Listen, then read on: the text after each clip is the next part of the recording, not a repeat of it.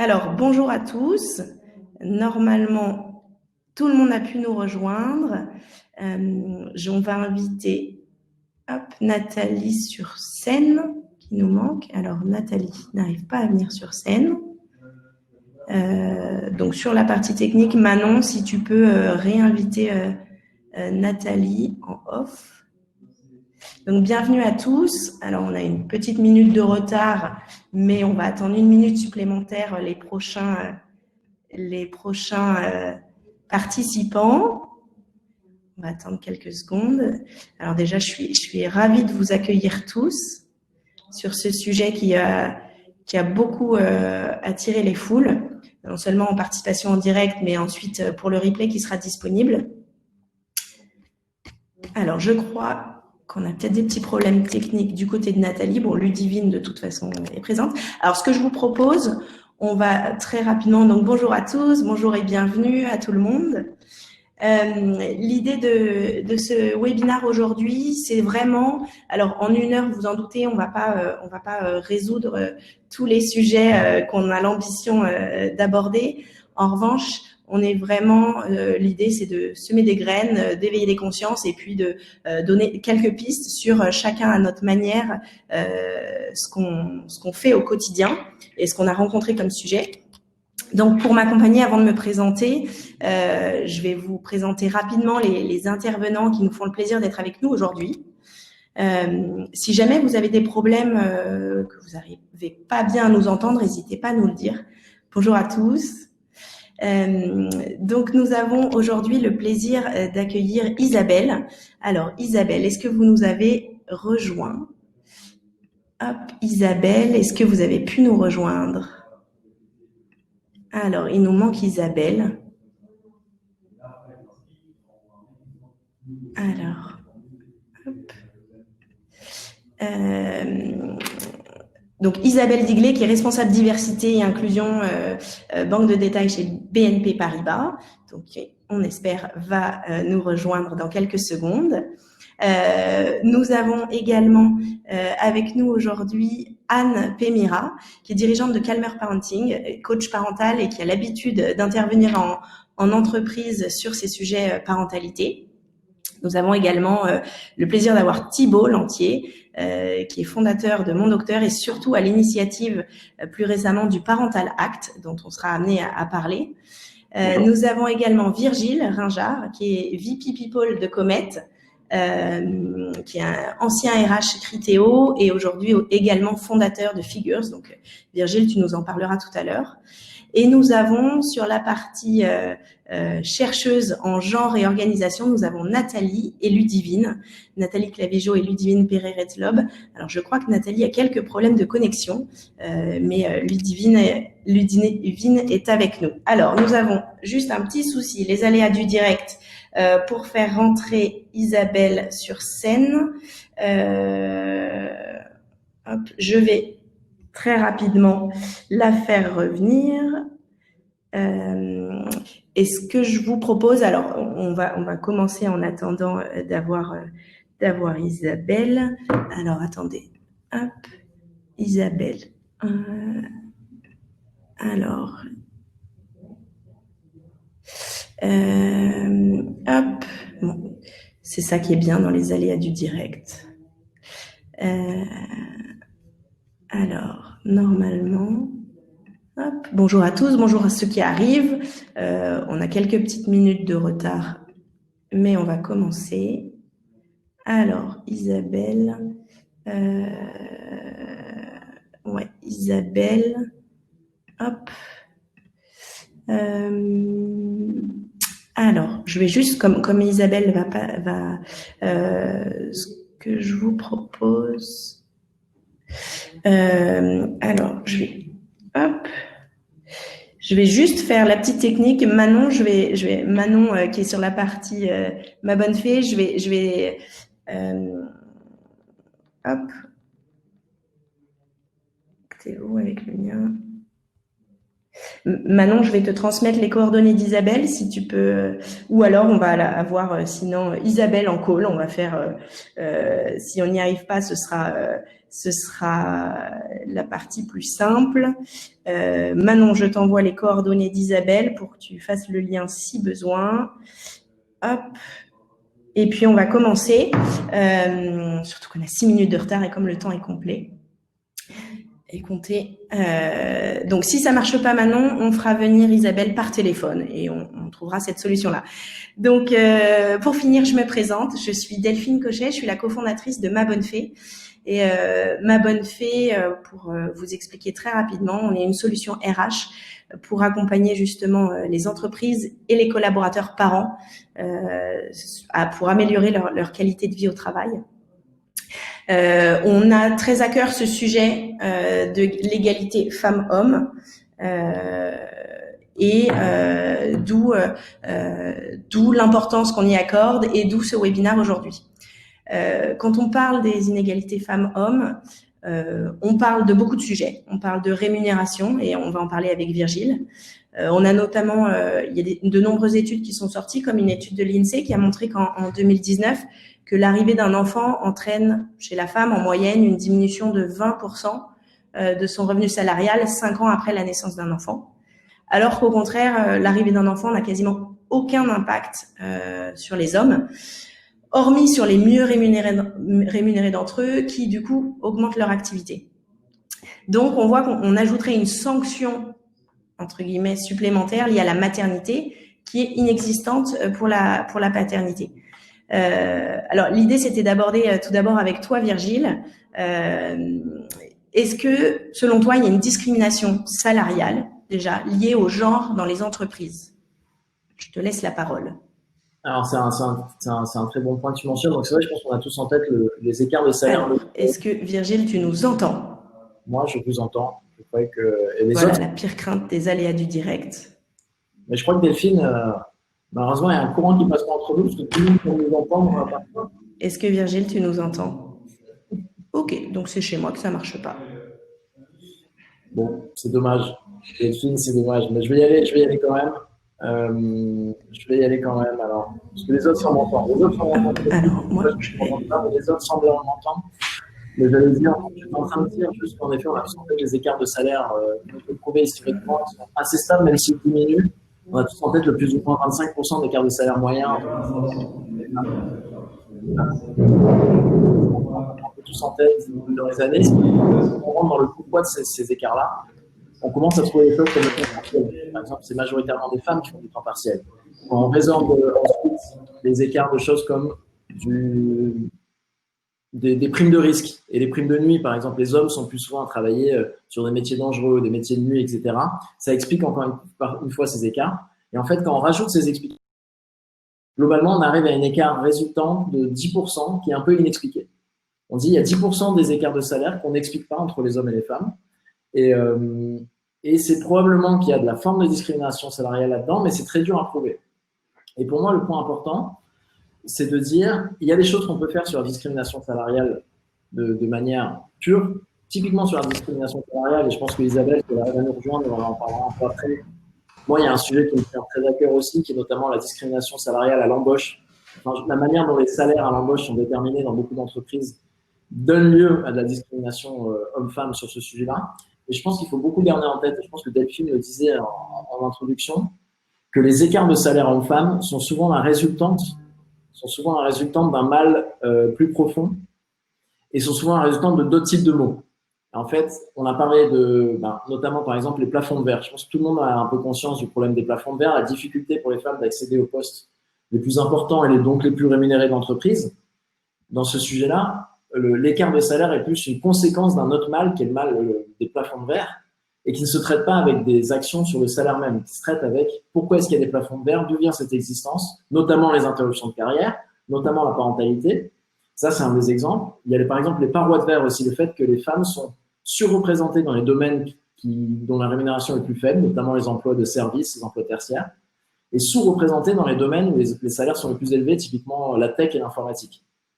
Ce sujet-là ne se traite pas avec des actions sur le salaire. Ça se traite avec des sujets comme, par exemple, les parois de verre, la sous-représentation des femmes dans la tech qui sont dans des métiers d'avenir et les métiers les plus rémunérés, ça se traite notamment avec de l'éducation dès le plus jeune âge pour rendre accessibles ces métiers-là à tout le monde, femmes comprises. Donc vraiment, le point qui est important pour moi sur la discrimination de salaire, il y a des choses à faire.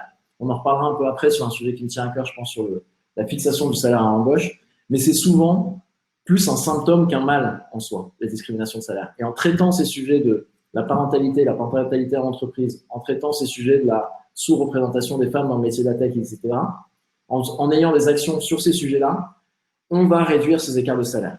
On va réduire ces écarts de salaire par la suite. Donc, c'est très important de travailler, je pense, de concentrer beaucoup d'efforts sur ces sujets-là, nécessairement que sur les salaires mêmes. Par exemple, les actions de rattrapage de salaire entre hommes et femmes, c'est du Doliprane quand on est malade. Ça traite un peu la fièvre, ça traite pas le mal derrière. Donc, c'est nécessaire, mais c'est pas ça qui va résorber les discriminations, les écarts de salaire de demain.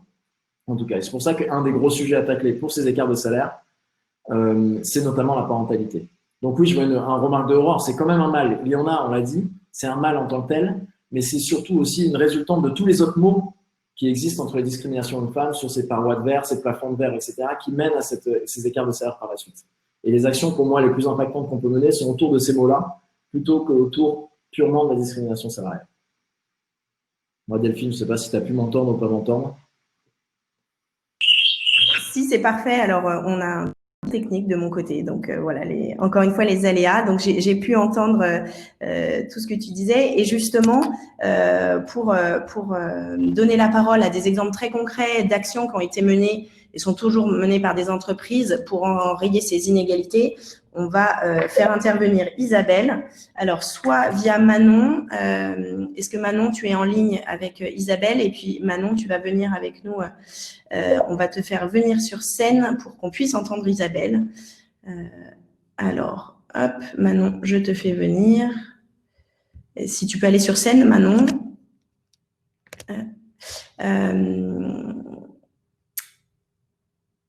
Est-ce que c'est bon pour toi, Manon? Hop.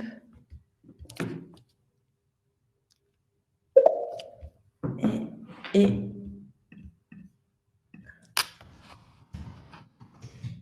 je fais venir Isabelle. Il faut garder le sourire. Hein. J'espère que je fais appel à votre bienveillance. Voilà, Isabelle arrive.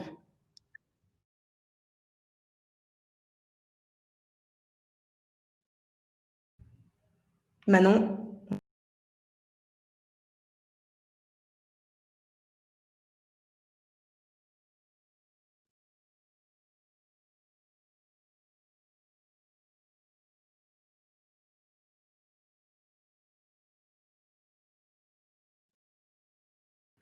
Alors, je crois qu'on n'entend pas Isabelle, je suis désolée. Je vais essayer hop, de rappeler différemment. Je vais l'appeler moi-même. Hop. Ah, c'est… Ah, est-ce que vous m'entendez? Oui, on t'entend, Manon. Ah, bah super, vous avec Isabelle là. On va y arriver.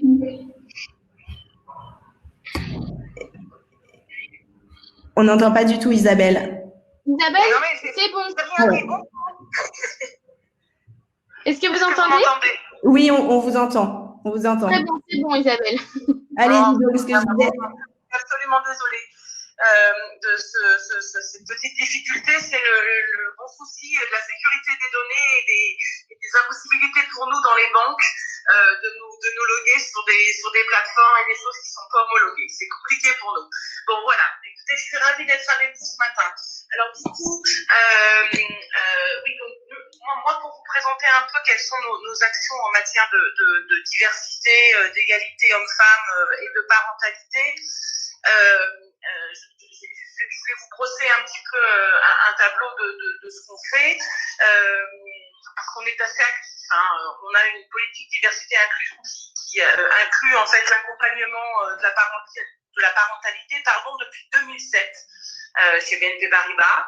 Avec des axes forts sur l'ensemble du groupe. Hein, donc, je vous parle de la France, mais évidemment aussi de partout en Europe et dans le monde.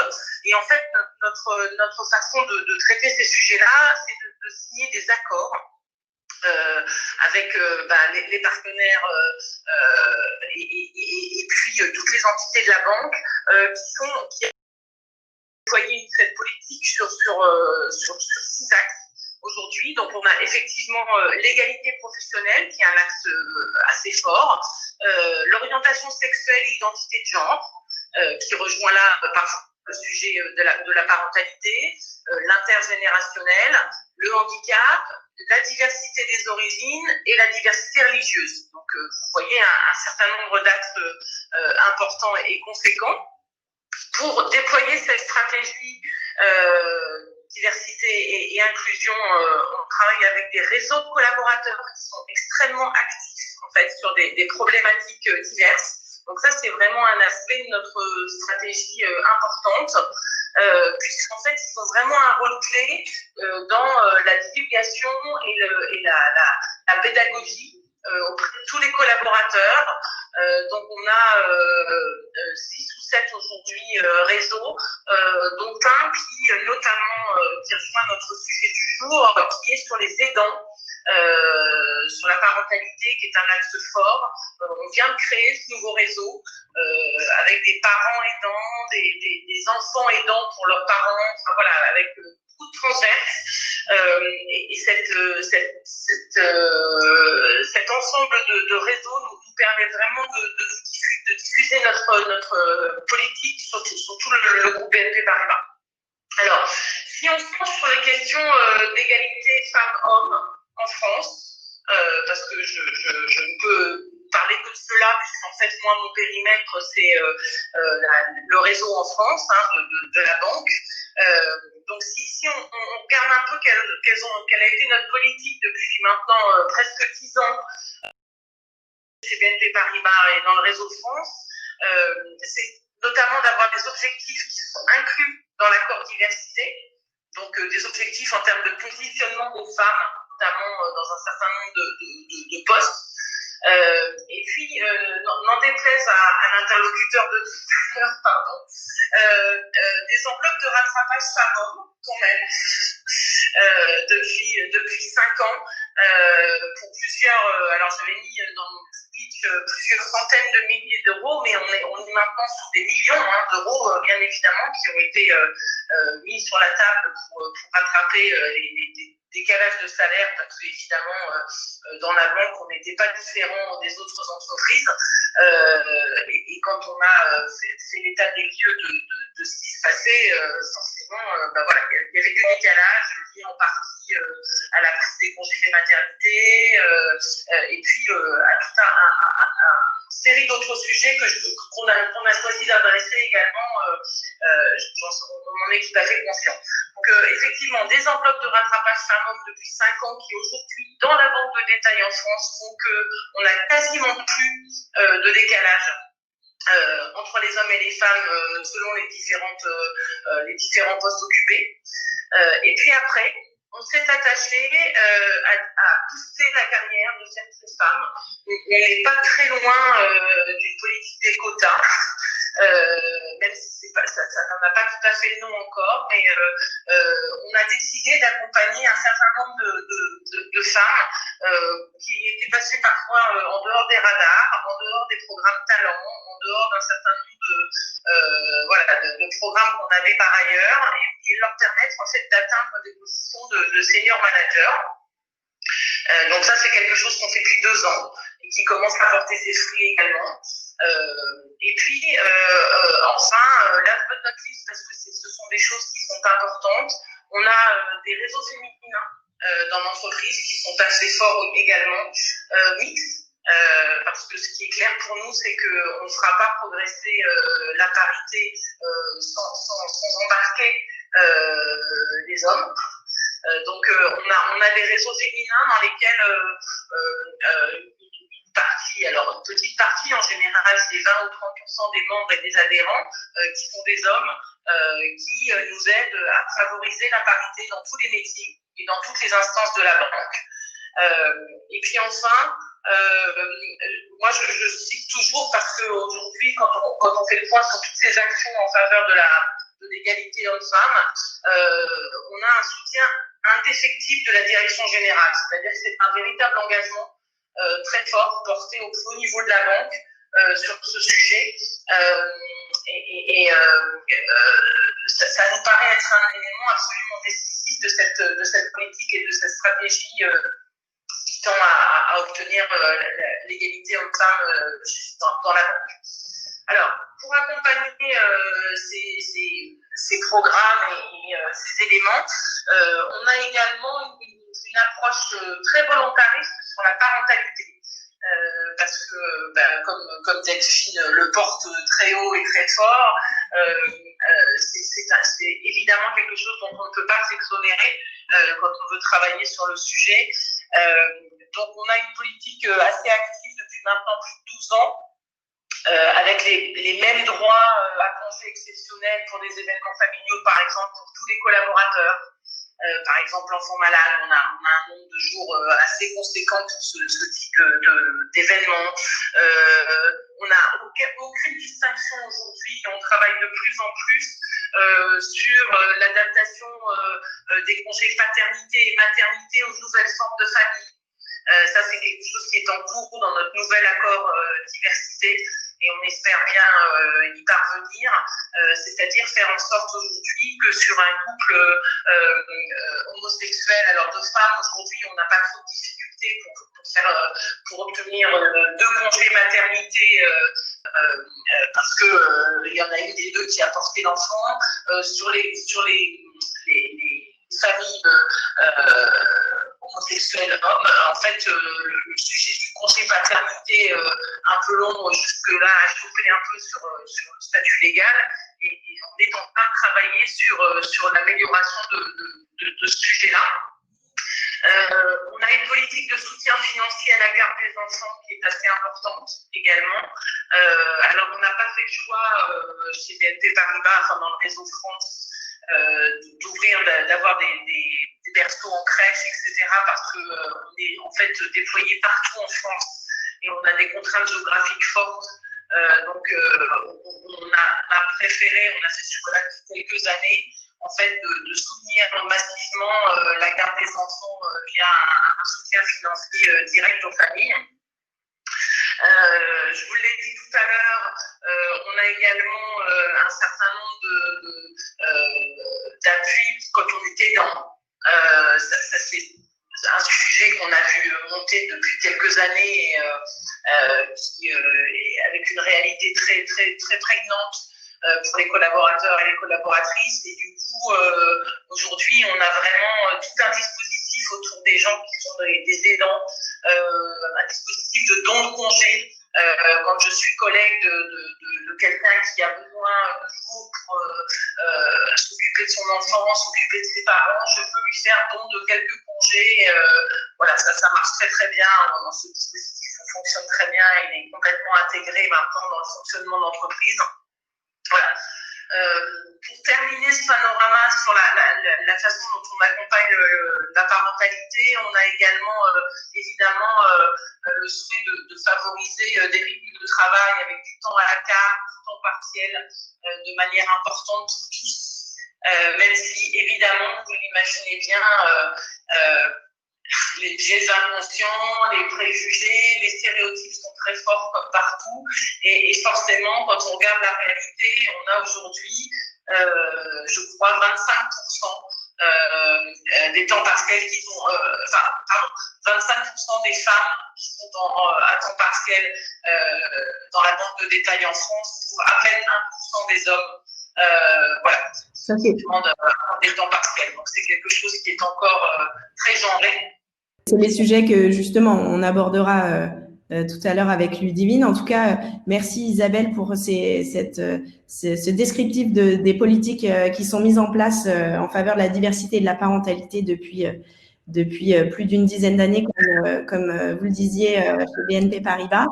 Alors, avant de donner la parole à Anne, qui va nous détailler un petit peu de quelle manière elle accompagne justement les entreprises et les collaborateurs et collaboratrices sur ces sujets-là, on va vous lancer un petit sondage pour en savoir plus sur justement. Alors, hop, je vous publie le sondage. Normalement, il doit apparaître pour tout le monde.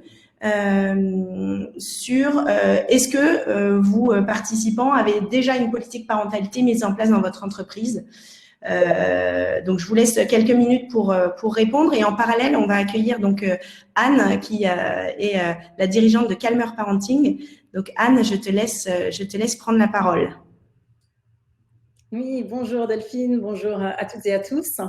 Alors, je crois Delphine que tu voulais que je parle un petit peu de ce que moi je vois en entreprise. Donc moi, ça fait 15 ans qu'effectivement j'interviens auprès des entreprises et des collaborateurs parents.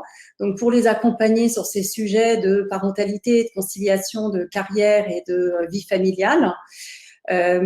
Donc déjà, mais en termes un peu d'évolution côté entreprise, moi je note quand même une demande croissante de la part d'entreprises. Alors déjà depuis longtemps, comme Isabelle le disait, des grandes entreprises telles que BNP Paribas sont sur ces sujets et les investissent de manière assez importante pour faire avancer ces sujets. Moi, j'ai beaucoup de demandes aussi, donc non seulement de grandes entreprises, de cabinets de conseil, d'avocats, et aussi maintenant, et je pense que ça va rejoindre un petit peu la question de l'évolution de start-up, avec donc plutôt des collaborateurs jeunes qui n'ont même pas forcément d'enfants, et pourtant ce sujet est à l'ordre du jour pour les entreprises parce que c'est un sujet important pour tout le monde et notamment pour les jeunes collaboratrices et collaborateurs, et qu'ils aient des enfants ou pas, c'est-à-dire que soit ils en ont déjà, donc la question se pose, soit aussi c'est un peu en termes de projection, est-ce que je me projette dans cette entreprise avec une vie familiale, est-ce que j'arriverai à concilier les deux? Et donc du coup c'est ça, je pense, qui amène les entreprises à aller sur ces sujets de parentalité. Après sur l'évolution plus si on va homme-femme, qui est aussi le sujet qu'on aborde aujourd'hui, c'est vrai que c'est un sujet qui a quand même toujours beaucoup intéressé les femmes, mais je trouve que de plus en plus il y a des pères aussi qui viennent dans les interventions que moi je peux faire au sein des entreprises.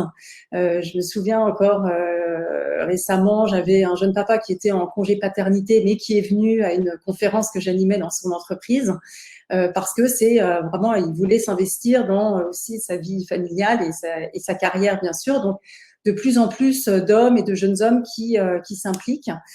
Je pense qu'après, la réalité, et ça, c'est des études qui le montrent, c'est que quand on parle d'égalité homme-femme, même si ce sujet de la parentalité intéresse les deux, et même si en théorie, hommes et femmes disent on veut s'investir et tous les deux de manière à peu près équivalente. En fait, les chiffres montrent quand même que les femmes sont globalement plus impliquées, en tout cas en temps, auprès des enfants. Et donc, forcément, s'il y a plus de temps auprès de la famille, il y en a moins dans côté professionnel. Donc ça peut créer effectivement un décalage et peut-être aussi être une des explications aussi la moindre implication des femmes à des échelons plus élevés de l'entreprise et peut-être aussi moins de temps pour négocier leur salaire. Après, qu'est-ce que je peux vous dire d'autre? Moi, sur vraiment les préoccupations des collaborateurs, je pense que j'en accompagne beaucoup, comme je disais tout à l'heure, quelle que soit leur situation familiale, c'est-à-dire soit des jeunes et futurs parents, soit des personnes qui sont déjà parents depuis un certain temps, mais toujours en entreprise. Et ce que je vois, c'est qu'en fait, ce qui est vraiment important pour les collaborateurs, c'est tout ce qui est accompagnement au moment des retours de congés maternité et paternité, parce que c'est là où il y a des gros changements. Alors, encore plus pour les femmes que pour les hommes, mais quand même pour les hommes aussi. En plus, je ne sais pas si vous avez vu, mais il y a quand même pas mal d'entreprises qui maintenant donnent des congés paternité beaucoup plus longs. Donc, on parlera tout à l'heure. D'accord. Et donc, du coup, il commence à être aussi sur les mêmes problématiques d'absence du travail pendant une durée plus longue et donc de retour au travail après un certain temps, de se réimpliquer, de se réinvestir, etc. Donc, tout ce qui est retour de congé maternité, paternité, ça, j'en ai beaucoup. Alors, encore plus pour les femmes, mais de plus en plus avec aussi même des groupes de travail hommes et femmes. Et j'aime beaucoup parce que ça permet justement un peu des échanges et puis aussi pour l'entreprise, ça leur permet de montrer que ils s'intéressent aussi aux hommes et pas qu'aux femmes au moment de l'arrivée d'un enfant et qu'ils prennent en compte la dimension père. Et je pense que ça, c'est important aussi, donc d'un collaborateur qui vient d'avoir un enfant. Ensuite, je fais beaucoup d'accompagnement aussi à la parentalité en général parce que, comme vous le savez, la parentalité, c'est pas que la naissance de l'enfant, même si c'est un bouleversement à ce moment-là, une nouvelle organisation à mettre en place. mais c'est aussi être avec son enfant dans la durée. Et donc, moi, je les accompagne sur tout ce qui est coopération des enfants, les devoirs, la gestion des écrans, etc. Et quand tous ces sujets sont mieux traités par les collaborateurs parents, c'est vrai que du coup, ça leur libère l'esprit aussi pour mieux s'organiser, sentir mieux au travail. Voilà. Donc ça fait partie aussi des sujets que j'aborde. Et puis plus récemment, avec tout ce qui est Covid, confinement, etc., un sujet qui est ressorti énormément, c'est tout ce qui concerne la flexibilité de l'organisation, à la fois professionnelle et familiale. Parce qu'on savait déjà que le travail demande pas mal de flexibilité, on n'a pas toujours des horaires réguliers, donc il y a de l'organisation à avoir. Mais maintenant, c'est vrai que le Covid a montré que non seulement l'organisation professionnelle évoluait, mais aussi l'organisation personnelle et familiale quand l'école ferme, quand les activités s'arrêtent, etc. Et donc, il y a eu une grande demande de la part des entreprises sur ces sujets pour aider les collaborateurs parents à mieux gérer ces phases il y a des grandes variations, des incertitudes, et où à la fois, en tant que collaborateur, j'ai envie d'être performant au travail, mais je veux aussi me sentir bien avec mes enfants, ma famille. Et donc, du coup, j'ai animé beaucoup de séminaires sur ces sujets de flexibilité et d'organisation professionnelle et familiale. Pardon. C'est un vrai sujet. Alors, je crois qu'il y a un écho. C'est un vrai sujet justement sur la conciliation des temps de vie en fait derrière tous ces sujets d'égalité femmes-hommes et c'est là où j'ai envie de donner la parole maintenant à Ludivine parce que on se rend compte qu'il y a quand même une attention particulière à mener par les entreprises sur les actions qui, malgré toute la bonne volonté, peuvent parfois produire et reproduire des inégalités de genre. Donc, on a parlé là en filigrane de plafond de mer, mais il y a aussi cette partie plancher de pair qui est un gros sujet. Est-ce que ça, c'est finalement une notion qui est trop peu adressée selon toi, Ludivine?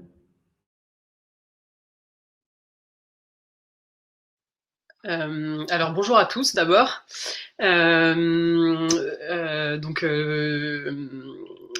Là, les sujets dont on parle effectivement, c'est le sujet du plafond de verre et du plafond de mer.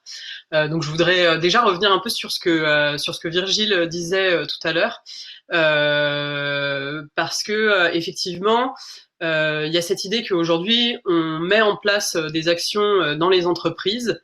Mais parfois ça consiste plus à mettre des rustines que à traiter le problème profondément. Donc aujourd'hui les entreprises font beaucoup de choses, elles mettent en place plein de choses et nous ce dont on se rend compte avec Nathalie dans nos travaux c'est notamment que parfois elles vont même au-delà de leur rôle, donc ça c'est très positif. Mais on peut se poser aussi des questions du côté de l'engagement de l'État. Parfois, elles prennent presque le rôle de l'État. On est sur des problèmes qui sont finalement des problèmes publics, sociaux, politiques, dans lesquels les entreprises sont très engagées. Donc tout ça, c'est très positif. Le problème, typiquement, de se focaliser sur tout ce qui est rémunération, c'est qu'on a tendance à focaliser sur des symptômes d'un mal plus profond. Et donc, on traite les symptômes, mais il y a d'autres symptômes qui réapparaissent. Donc, Virgile a notamment expliqué que il y a une histoire de division sexuée du travail en entreprise. Donc, cette division sexuée, elle est aussi bien horizontale que verticale. C'est-à-dire que les femmes vont avoir du mal à atteindre les plus hauts niveaux hiérarchiques, mais elles vont aussi elles vont pas exercer dans les mêmes métiers. On va retrouver les femmes dans des métiers au service des autres. Donc très souvent en RH, dans la qualité, on va les trouver assistantes de direction, donc vraiment dans tout ce qui est métier au service des autres. Et c'est ce qu'on appelle notamment le travail du care, c'est-à-dire qu'il y a deux choses dans le travail du care. Il y a l'idée que les femmes font beaucoup de métiers type assistante maternelle, infirmière, etc. Mais même dans l'entreprise, elles vont être plus sur des métiers au service des autres. Et ça m'amène à un point supplémentaire, c'est-à-dire que Virgile a parlé, par exemple, du fait que les formations n'étaient pas, enfin, les accès aux formations n'étaient pas les mêmes pour les femmes et les hommes. Donc, on trouve beaucoup moins de femmes, par exemple, dans les formations d'ingénieurs. On a aussi la problématique de la négociation du salaire à l'embauche, qui est souvent amenée pour expliquer cet écart de salaire. Mais ça suffit pas.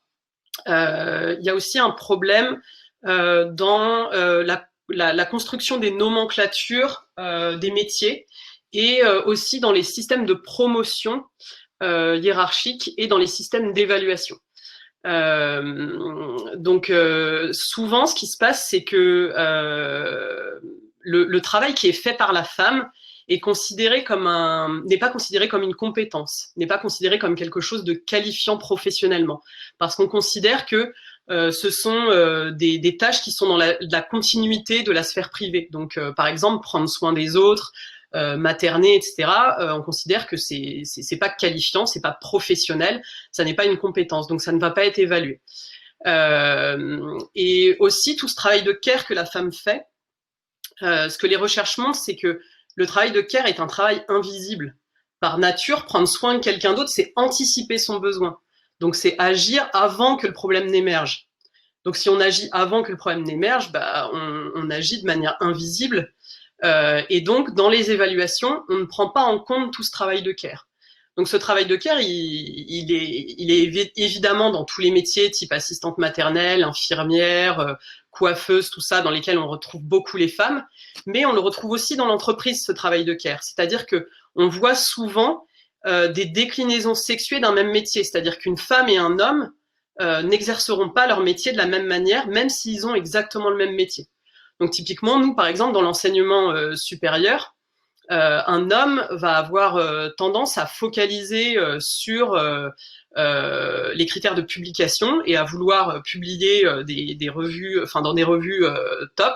La femme, elle va avoir tendance à effectivement vouloir publier, mais également prendre soin de ses étudiants et également prendre soin de ses collègues, organiser une espèce de bonne ambiance dans l'équipe. C'est très souvent les femmes, par exemple, qui pensent au cadeau de départ du collègue, qui vont penser à par exemple, organiser un pot pour un anniversaire, amener un petit déj, des choses comme ça. Et c'est tout un travail invisible qui, d'une certaine manière, sert l'entreprise, mais qui n'est pas qualifiant, qui n'est pas considéré comme une compétence. Et donc plus largement, dans les évaluations, ce qu'on va évaluer, c'est les compétences. Alors qu'on va considérer que ce que font les femmes, c'est de l'ordre de qualité naturelle et que ce n'est pas une compétence. Donc, dans les évaluations, les femmes vont être souvent plus discriminées que les hommes. Et dans la promotion professionnelle, ce qu'on constate beaucoup sur le plafond de verre, c'est que aujourd'hui dans les entreprises, on est vraiment dans un modèle du male breadwinner. Donc l'homme qui subvient aux besoins de la famille. Et donc ce modèle-là, il est fondé sur la promotion. Enfin, la promotion est fondée sur ok, est-ce que la personne est hyper investie dans son travail? C'est un très bon point si elle est hyper investie dans son travail. Et est-ce que la personne est hyper mobile? C'est l'autre bon point. Donc aujourd'hui, on est dans des systèmes de promotion dans les entreprises, très souvent, qui sont fondés sur cette hyper-mobilité et sur cet hyper-investissement, qui du coup se fait aussi au détriment de la femme, qui a souvent du mal à imposer cette idée de mobilité à son conjoint. Cet hyper-investissement n'est pas compatible finalement avec les enfants. Donc en général, on va faire des enveloppes de rattrapage, ça va permettre d'égaliser. Mais finalement, comme à la base, le système de promotion et le système d'évaluation est basé sur un modèle qui dessert la femme, l'écart va se recreuser. Et donc, c'est ce que disait Virgile. En fait, on est en train de traiter les symptômes et finalement, il y a d'autres symptômes qui réapparaissent ou alors le même symptôme réapparaît plus tardivement. Et donc, arrive la question de se dire... ok, s'il faut être hyper investi et que la charge familiale a un impact sur la femme, et s'il faut être hyper mobile et que la femme n'arrive pas à être hyper mobile parce qu'elle a des enfants et une charge familiale, peut-être qu'il faudrait favoriser l'investissement de l'homme à la maison. Et donc on arrive à cette idée de parental act. Alors nous, ce qui nous fait un peu réagir par rapport à ça, c'est, par rapport à l'investissement, c'est cette idée de plancher de père et cette idée que les pères, arrivent moins à s'investir dans leur paternité. Ce qui nous fait un peu réagir, c'est que finalement aujourd'hui toutes les solutions qui sont proposées, l'homme a encore le choix. Il a le choix de s'investir ou non dans sa paternité. Et il a le choix de prendre son congé paternité ou pas, et il va avoir le choix d'allonger sa durée de congé paternité ou non, alors que la femme, elle, n'a pas le choix. Et donc à partir de là, l'inégalité reste, c'est-à-dire que tant que les femmes n'auront pas le choix et que les hommes auront le choix, on aura toujours un décalage entre hommes et femmes. Et c'est ce qu'on appelle la paternité d'intention. Hein. C'est que les hommes, aujourd'hui, il y a une nouvelle génération d'hommes qui changent les couches, qui s'investissent dans sa paternité, qui s'occupent des enfants, mais ils ont le choix, s'ils veulent, de se retirer temporairement de leur paternité, par exemple, pour prendre un poste très mobile. Ils ont le choix de ne pas du tout s'investir dans leur paternité. Choix que la femme n'a pas. Donc cette idée d'allonger par exemple le congé paternité, etc. C'est une bonne idée qui part d'une très bonne intention, qui permet aux hommes de mieux s'investir. Mais on se rend compte que on a encore un décalage puisque la femme n'a pas le choix alors que l'homme l'a.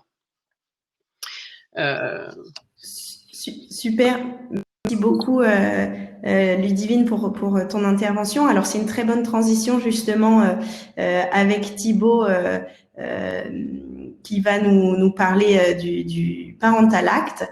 Est-ce que je vais vous envoyer un petit sondage justement parce qu'on a parlé tout à l'heure avec Ludivine de est-ce que l'entreprise a un rôle à jouer dans l'accompagnement spécifique du père ou en tout cas du deuxième parent. Donc là, on vous envoie un petit sondage, si vous pouvez y répondre, pendant que je donne la parole à Thibaut sur le parental act. Et puis de toute façon, Ludivine, tu réinterviendras ensuite sur le aujourd'hui et le monde d'après par rapport à ce sujet du parental act. Bonjour.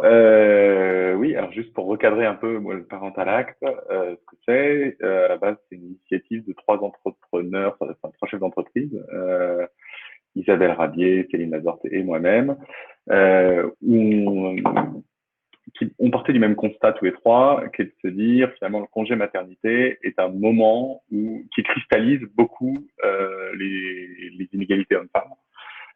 Et donc typiquement, si on veut s'attaquer aux éventuelles inégalités hommes-femmes, plutôt que de s'attaquer aux symptômes, attaquons-nous à la cause. Et on voyait dans la parentalité l'une des causes majeures de ces inégalités. Et donc, pour répondre à ça, on s'est dit, soit on attend effectivement l'État et l'action gouvernementale, ce qui risque d'être long et laborieux. Et donc, on a préféré plutôt s'appuyer sur l'entreprise comme moteur de changement social ou sociétal. C'est ce qu'on savait faire, c'est ce qu'on savait faire au sein de nos entreprises, et donc c'est ce qu'on avait aussi comme réseau autour de nous. Et donc, on est allé rassembler un peu au début une centaine, puis maintenant il y a plus de 300 entreprises autour d'un engagement très concret et qu'on voulait très concret et très simple, qui est de dire l'entreprise, et donc le dirigeant souvent en général, s'engage à mettre en place au sein de son entreprise un congé paternité d'un mois minimum d'un mois minimum 100% rémunéré et qui s'applique à tout type de parents, donc au-delà des pères classiques, au deuxième parent, peu importe le modèle familial dans lequel il s'inscrit. Et donc aujourd'hui, ça représente un peu plus de 300 entreprises qui sont engagés à travers du Parental Act. Et ça touche un peu plus de 37 000 salariés donc, depuis le début de l'année. Voilà. Et donc, juste pour revenir un peu sur quelques éléments qui ont été un peu partagés, c'était moi déjà sur le contexte aujourd'hui du Parental Act, ce qui est clair, ce qu'on a vu nous quand finalement on a démarré, on était 3 à échanger comme ça autour d'un verre, et 3 semaines plus tard, on a réussi à rassembler une centaine d'entreprises, à mettre quelque chose de concret en place. Et ça, on s'est aperçu parce que c'était vraiment, il y avait une attente forte sur le sujet de la part des parents et des salariés, ça on le savait, mais on s'est aperçu que finalement cette attente, en tout cas cette prise de conscience, elle était aussi clairement, elle existait côté des dirigeants, qui manquait plus éventuellement d'une opportunité de passage à l'acte, qui a créé ce qu'on a créé avec le Parental Act, qui était plutôt une opportunité de mettre en place une idée qui était dans l'air du temps. Et finalement, on a nécessité relativement peu de force de conviction pour que les dirigeants sautent le pas. Et pour répondre aussi à une question qu'il y avait de Laura sur le chat, sur les coûts derrière ce genre d'initiative, on s'aperçoit en fait que quand vous creusez un peu le coût d'une mesure comme celle-là, pour l'entreprise, c'est quasiment négligeable, quoi. Je vais dire clairement, c'est un coût avant tout organisationnel. C'est beaucoup moins un coût réel, je veux dire, sonnant et trébuchant. On estime à peu près que pour une entreprise de 100 salariés, ça va représenter, qui vont bénéficier d'un tel congé, ça va être entre 2, 3, peut-être 4 employés par an en moyenne. 4 employés par an pour lesquels vous rajoutez, on va dire, à peu près l'équivalent de 3 semaines de congé. Je le fais vite, mais 3 semaines de congé sur l'année. Donc, si on multiplie par 3, ça fait, par 3 employés, ça fait quoi? 9 semaines, 9-10 semaines de congés supplémentaires au sein de l'entreprise. À l'échelle de l'entreprise, pour une entreprise de 100 salariés, c'est très faible. Donc, le sujet, il n'est pas tellement un sujet de coût, il est un sujet d'organisation. Parce que c'est compliqué d'avoir des gens qui partent long, pour des temps longs au sein d'une entreprise et pour s'organiser. Mais c'est justement ce qui aujourd'hui cristallise ces inégalités hommes-femmes dans les entreprises. Moi, je pense que dans les entreprises, en tout cas un peu modernes ou récentes, ce que je connais, c'est l'univers startup, qui est un milieu un peu particulier, il est vrai, mais je pense qu'en tout cas, il y a cette conscience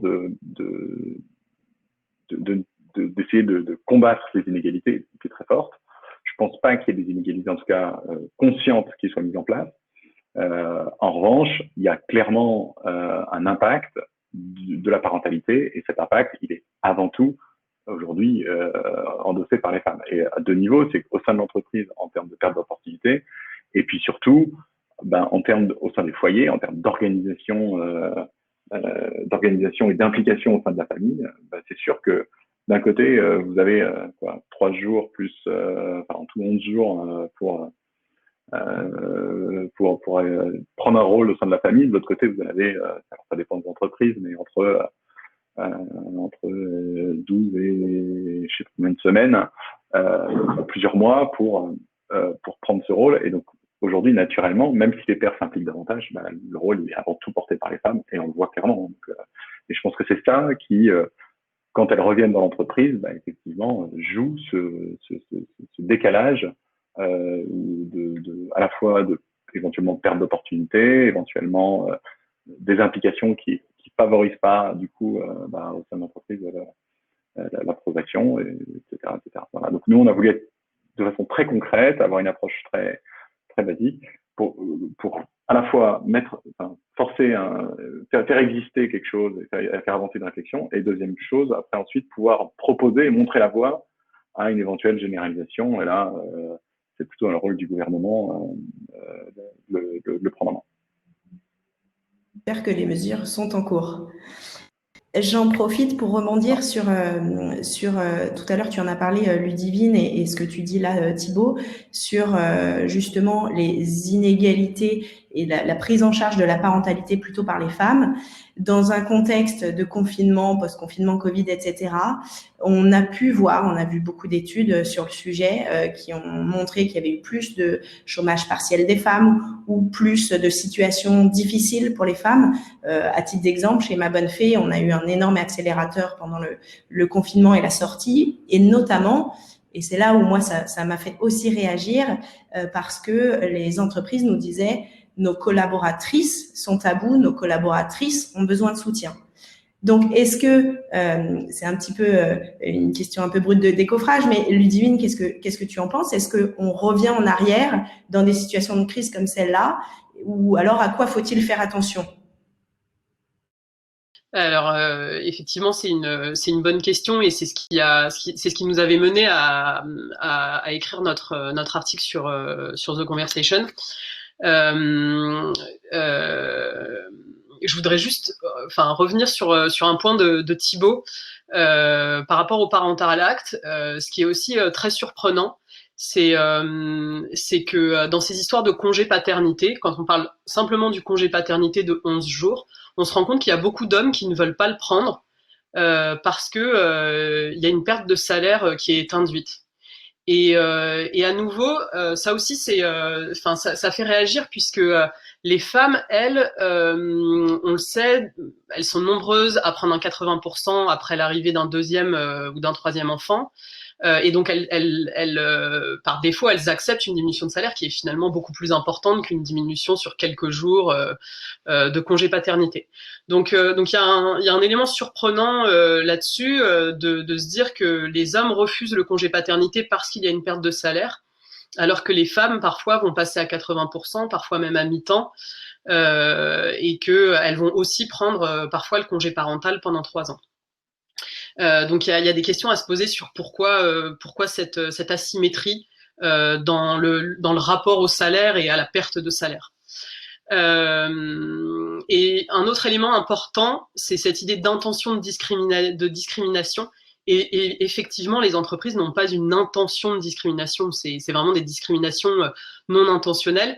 Et c'est là où c'est important justement d'éveiller les consciences, c'est-à-dire que les entreprises ne se rendent pas toujours compte de ce qui se passe, les salariés non plus, et même à la maison, l'homme se rend pas forcément compte de ce qui se passe du côté de sa femme.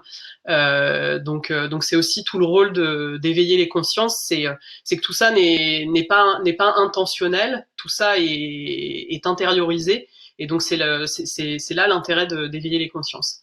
Et donc c'est dans cette idée d'éveiller les consciences qu'on avait écrit cet article pour The Conversation au moment du déconfinement, parce que d'une certaine manière on a pris très peur.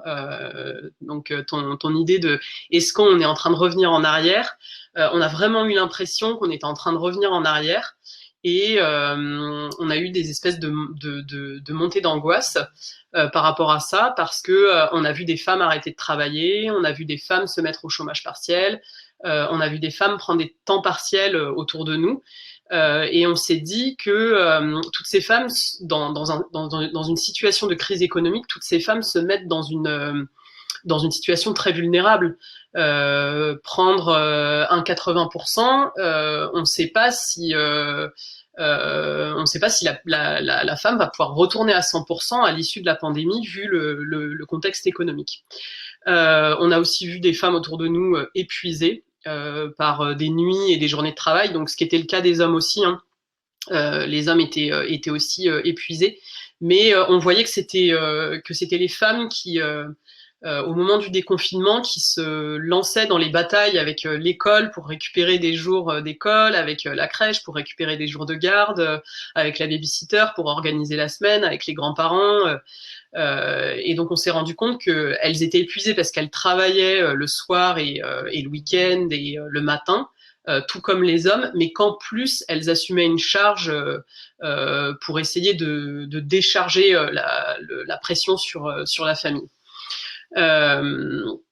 Ce qui nous fait très peur aussi, c'est la rentrée. Est-ce que ça va se passer de la même manière? Est-ce qu'on va être sur du temps partiel pour les enfants à l'école ou à la crèche? Et si c'est le cas, ça peut avoir des effets vraiment délétères sur les femmes, parce qu'aujourd'hui les femmes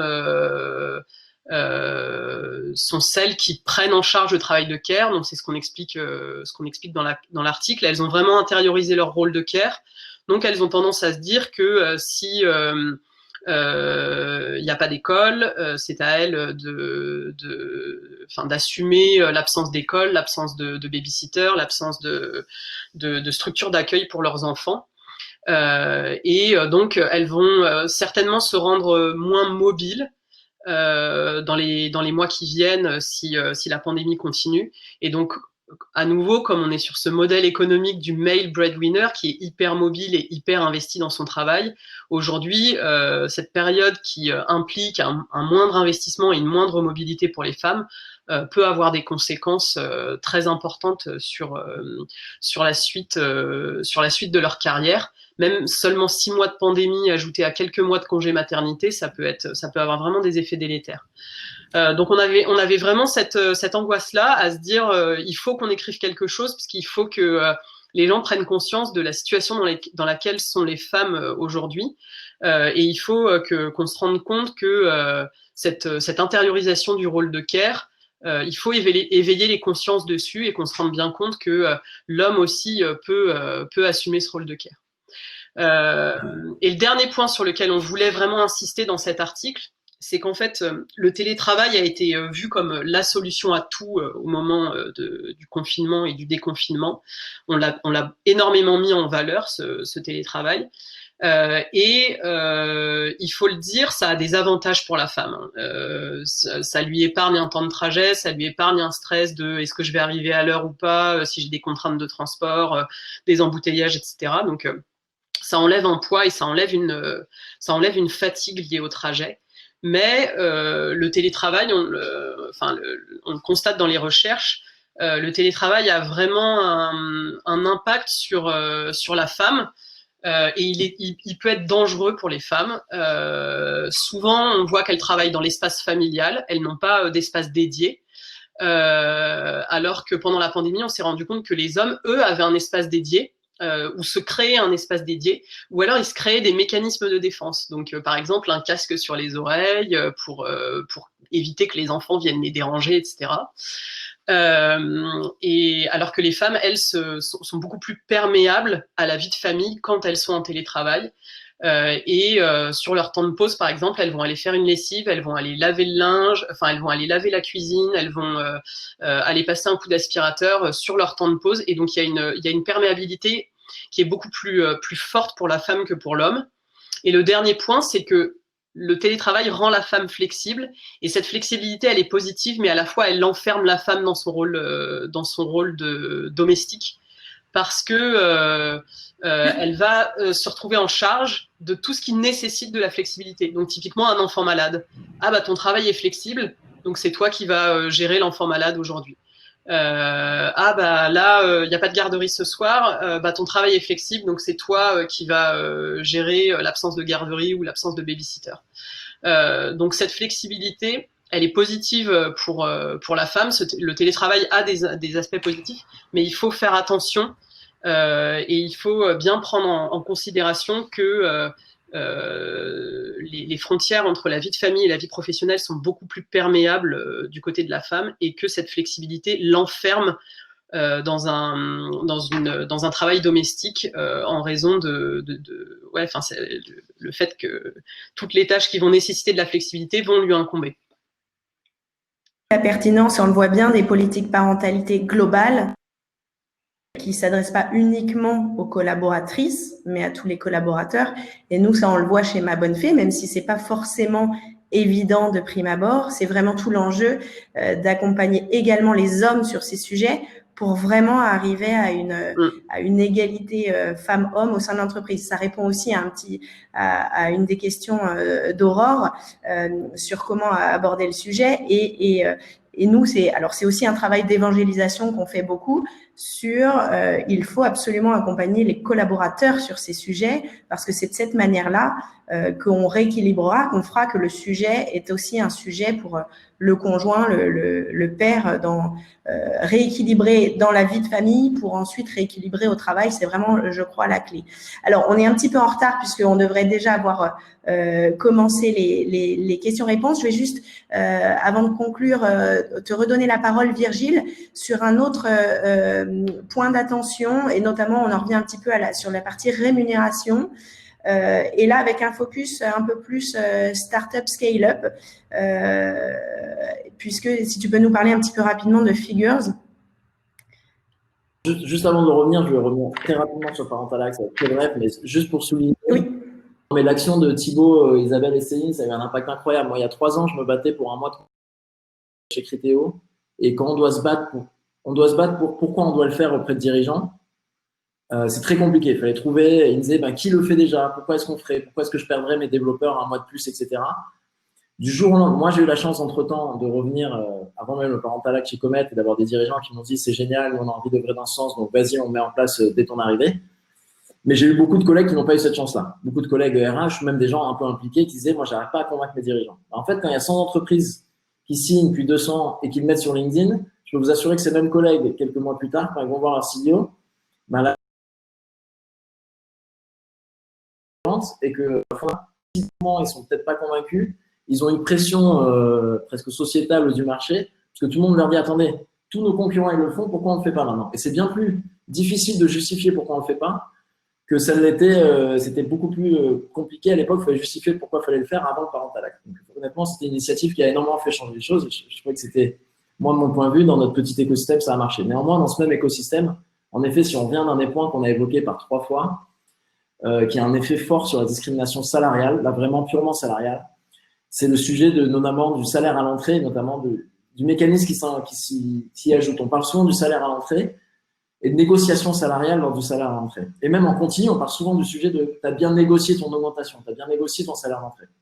Donc ce qu'il faut savoir, c'est que de manière générale, dans les grands groupes, pour ceux pour qui ils le voient un peu moins, mais même dans toutes les entreprises, qu'est-ce qui se passe? Quelqu'un demande ses prétentions, on regarde si ça tient dans le budget. Et si ça tient dans le budget, on essaye peut-être de les donner. Donc c'est un mécanisme qui est beaucoup drivé par les prétentions des gens au moment de leur arrivée dans une entreprise et donc par leur capacité à négocier. Et donc, et on sait qu'en moyenne, les études ont montré qu'en moyenne, les femmes se sentent moins à l'aise pour négocier, négocient moins souvent et négocient moins. Donc déjà, plus une entreprise a comme mécanisme de détermination de salaire à l'embauche un mécanisme basé sur la négociation, plus elle a des chances qu'elle défavorise les femmes, et de toute façon qu'elle favorise quoi? Les gens qui savent négocier, ce qui n'est pas forcément les meilleures personnes dans leur poste, parce qu'il y a plein de postes où savoir négocier, ça n'apporte rien au niveau compétences et performances. Néanmoins, ce mécanisme de savoir négocier, ça permet de décrocher des meilleurs postes, des meilleurs salaires à entrée, des meilleures augmentations, c'est un vrai biais, et c'est un biais qui pénalise les femmes. Et en plus, c'est encore plus vrai dans notre écosystème un peu de start-up et scale-up. Pourquoi? Parce qu'il y a une prime à la croissance. Il y a dans beaucoup de boîtes, un peu le propre d'une start-up, c'est de croître très vite. Et souvent, quand ils ont le choix entre quelqu'un qui demande beaucoup, entre dire non, désolé, c'est trop cher, ou en fait se dire j'ai un plan de recrutement énorme, j'ai 200 personnes à aller chercher avant la fin de l'année, je suis prêt à prendre des gens très chers. Et ces gens très chers, une fois que ces écarts de salaire se créent à l'embauche, ça met des années et des années et des années à se résorber, parce qu'il y avait des moyennes d'augmentation dans tous les groupes de 2, 3, 4%. Quand quelqu'un est arrivé sans aucune raison apparente, si ce n'est sa capacité à négocier avec 10-15% de salaire en moins que son collègue, et notamment souvent avec un schéma, une femme qui est potentiellement moins négociée qu'un homme et qui s'en retrouve lésée, cet écart-là, il met des années à se résorber, parfois jamais. Et même quand il est résorbé, c'est-à-dire pas tout le temps, ça ne compense pas toutes les années d'écart de salaire préalable. Donc, les entreprises, sur ce sujet-là, la question qu'elles doivent se poser, c'est à quel point j'encourage potentiellement ces biais-là et ces discriminations-là.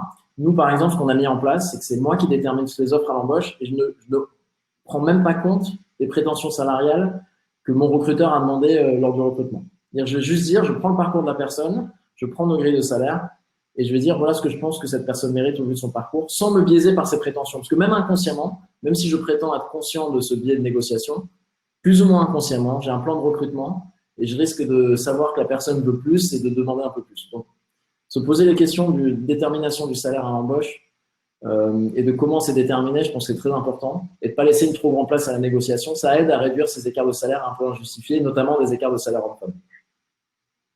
Donc, ça reste vraiment un point d'attention. On pourrait croire que ce sujet rémunération, c'est bon, c'est traité depuis des dizaines d'années, mais ça reste un sujet sur lequel les startups scale-up doivent avoir un point de vigilance. On arrive à la conclusion de notre conférence. Et pour conclure, je vais reprendre un petit peu les pistes de réflexion du rapport du Haut Conseil à l'égalité entre les femmes et les hommes, qui est paru, je crois, hier ou avant-hier, qui s'appelle Le Monde demain, et qui alerte les pouvoirs publics, et on en a parlé tout à l'heure, je pense que ça s'applique aussi au privé, sur plusieurs thématiques qui sont en fait les 3 thématiques dont on a beaucoup parlé pendant cette heure-là, qui est 1, le partage des responsabilités familiales comme garant de l'égalité des sexes et d'un équilibre social entre production et interdépendance. 2, c'est les conditions d'élargissement et de mise en œuvre du télétravail, excluant les facteurs susceptibles de créer des discriminations entre les femmes et les hommes, et ça, tu en as très bien parlé, Ludivine. Et 3, des actions concrètes en matière de congés parentaux, et notamment d'allongement du congé paternité rendu obligatoire, et des modes de garde adaptés. C'est vraiment les 3 gros sujets qui ont été au cœur de notre conférence aujourd'hui, entre égalité femmes-hommes et parentalité. Alors, avant de passer aux questions-réponses, si certains ont encore quelques minutes et veulent poser leurs questions. Pardon. De répondre juste à notre petit sondage, 3e sondage sur la pertinence de cette conférence. Et puis, si vous avez des questions, alors il y en a quelques-unes qui ont été posées au fur et à mesure et un petit peu répondues. Certains d'entre vous ont d'autres questions à nous poser. Allez-y. Nous avons tout le monde qui est là pour vous répondre. S'il n'y a pas de questions. Alors, nous avons... Alors, Aurore qui nous pose la question de la négociation. Le sujet salaire homme-femme dans l'industrie, avec la négociation directement biaisée par les valeurs qui imprègnent le secteur. Ok, eh ben écoute, Aurore, on te mettra en contact avec les bonnes personnes dessus. Alors, Colline avait une question sur la mise en place du congé paternité d'1 mois minimum. Est-ce qu'il serait toujours optionnel? Alors, je crois que tu as un avis là-dessus, Thibaut, sur le fait que le parental act est pas forcément obligatoire, mais en fait, ça dépend de chaque entreprise. Je te laisse répondre là-dessus. Oui, alors il y a 2 questions. Il y a le caractère obligatoire, qui a déjà été évoqué aussi tout à l'heure par Ludivine. C'est un débat qu'on a eu. On a choisi aussi en échangeant avec les entreprises de ne pas le rendre obligatoire parce que ça pouvait être perçu comme un avantage presque punitif par certaines entreprises. Et on voulait le laisser en purement positif comme avantage pour en maximiser l'impact. La question de l'obligatoire, elle est plutôt, effectivement, on s'est posé la question parce que c'est une façon de protéger les plus faibles, c'est-à-dire d'éventuellement protéger dans les entreprises où les gens n'oseraient pas le prendre parce que par pression interne, on va dire, le rendre obligatoire supprime cette question-là. On l'a remplacé à la place en demandant aux dirigeants de s'engager à le promouvoir. Voilà. Après, sur chaque entreprise, nous on a donné un cadre et ensuite chaque entreprise choisit la manière de le mettre en place, ce cadre. C'est-à-dire que dans le parental act, c'est 1 mois minimum, mais il y a des entreprises qui proposent davantage. À elles ensuite de choisir avec leurs salariés, de savoir si ce mois doit être pris en une seule fois, directement après la naissance, ou s'il y a une certaine période de temps pour le prendre. Voilà, ça c'est chaque entreprise qui va décider de la mise en place. Voilà, j'espère que je réponds à la question à peu près. Si je peux mentionner, parce qu'on en a parlé un peu avant, mais moi je trouve que ça a beaucoup changé. C'est-à-dire qu'historiquement, moi j'avais connu, et je crois que Nadège faisait une remarque là-dessus, les pères qui disaient, déjà les pères qui étaient fiers de dire j'ai fait l'accouchement de mon enfant et je suis de retour au travail à 10h, regarde, c'est vraiment la classe, ou je prends pas mon congé paternité, je sais gérer.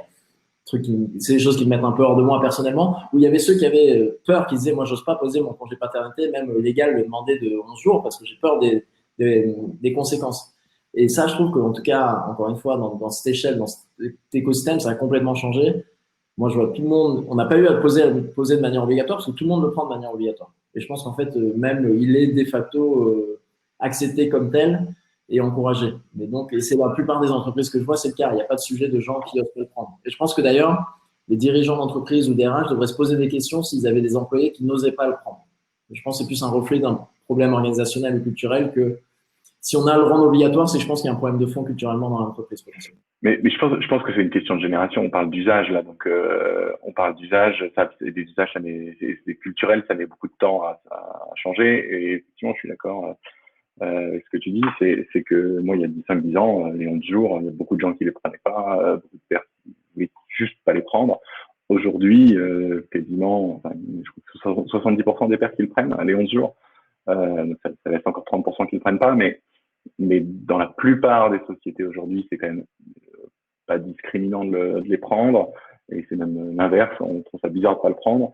Et je pense que c'est encore plus vrai dans des entreprises entre guillemets jeunes, donc typiquement l'univers startup, scale-up, c'est le cas. Je pense sont assez avancés, sont en tout cas pas assez avancés, mais en tout cas ont juste des populations qui sont plus jeunes et donc sont plus aussi ont une volonté plus forte de s'impliquer dans leur rôle familial. Et voilà, donc ça c'est normal que ça prenne du temps, faut aussi l'accepter. En 5 ans, moi je trouve que j'ai eu mon premier enfant il y a 5 ans, ça a radicalement changé, je trouve, entre mon premier et mon troisième, il y a 2 ans. Donc chaque année on progresse, et je pense que d'ici 5 ou 10 ans, ça va encore largement changer. Donc faut aussi laisser un peu de temps en temps accepter que ces usages-là mettent du temps à bouger. Juste pour rebondir là sur ce qu'il dit sur la culture d'entreprise et sur ce que vous venez de dire aussi sur le fait que parfois les hommes n'osent pas toujours prendre leur congé paternité, je pense que ça rejoint toute la question des stéréotypes, des biais inconscients dont on parlait tout à l'heure, et qu'une des façons de faire évoluer les choses, c'est justement d'accompagner notamment les managers, pas forcément que les parents, mais les managers à ces sujets de parentalité, pour qu'eux aussi prennent conscience de toutes ces petites choses, ces petites phrases qui sont dites dans l'entreprise et qui vont amener un homme à être plutôt performant dans leur travail et négliger leur vie de famille, et pour les femmes, au contraire, les pousser un peu plus à la maison ou quand elles rentrent de congé maternité, dire « Ah, la jeune maman », etc. Et en fait, même si c'est effectivement pas mal intentionné, ça a quand même un impact sur ce que les collaborateurs hommes ou femmes osent faire et pas faire derrière. Donc, je pense que la formation des managers, qui moi m'est de plus en plus demandée aussi en termes d'accompagnement, est importante pour accompagner les mesures telles que le mois de congé pour le père et sur aussi le fait que les femmes se rendent compte un peu de cette pression qu'elles subissent et qu'elles puissent agir avec un petit peu plus de liberté et moins de pression sociale sur leur dos. Donc, je pense que ça fait aussi, en plus de toutes ces mesures, ça fait partie des choses qu'il faut faire évoluer, mais plus dans l'état d'esprit, dans ce qu'on se met en tête comme barrière ou ce qu'on a comme stéréotype. Moi, ce que je trouve intéressant, pardon Delphine, c'est que on se rend compte dans toutes ces discussions que on a tendance à penser les inégalités femmes-hommes du côté des femmes et à se dire qu'elles sont les seules perdantes de ce système genré. Mais finalement, les hommes subissent également aussi des normes de genre et notamment cette norme de surinvestir son travail et continuer à travailler malgré l'arrivée d'un enfant, comme si l'arrivée d'un enfant était quelque chose d'anodin pour un homme. Et donc les hommes doivent intégrer cette norme. Donc, eux aussi se confrontent à des normes de genre qui sont aussi violentes symboliquement. Je rejoins tout ce que vous venez de dire, puisque juste à la fois sur le management, nous on le voit bien, c'est des sujets et là qui concernent aussi bien les entreprises entre guillemets traditionnelles que l'écosystème plus start-up. On rencontre, quels que soient nos clients, on a ces mêmes sujets autour du management et de les équilibres des temps de vie de mes équipes qui sont hyper importants, surtout quand il y a des politiques parentalité qui sont mises en place, parce que ça doit être incarné par le management qui sont les RH de proximité. Alors, on a largement dépassé. Donc, est-ce qu'il y a une dernière question qui est posée ou est-ce qu'on se remercie et on se dit à tous à très bientôt? Une dernière question?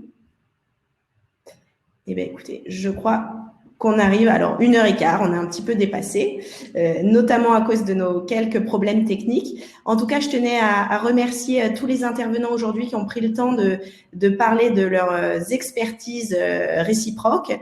Je vous remercie à tous d'avoir participé. On a eu un grand succès sur ce webinaire.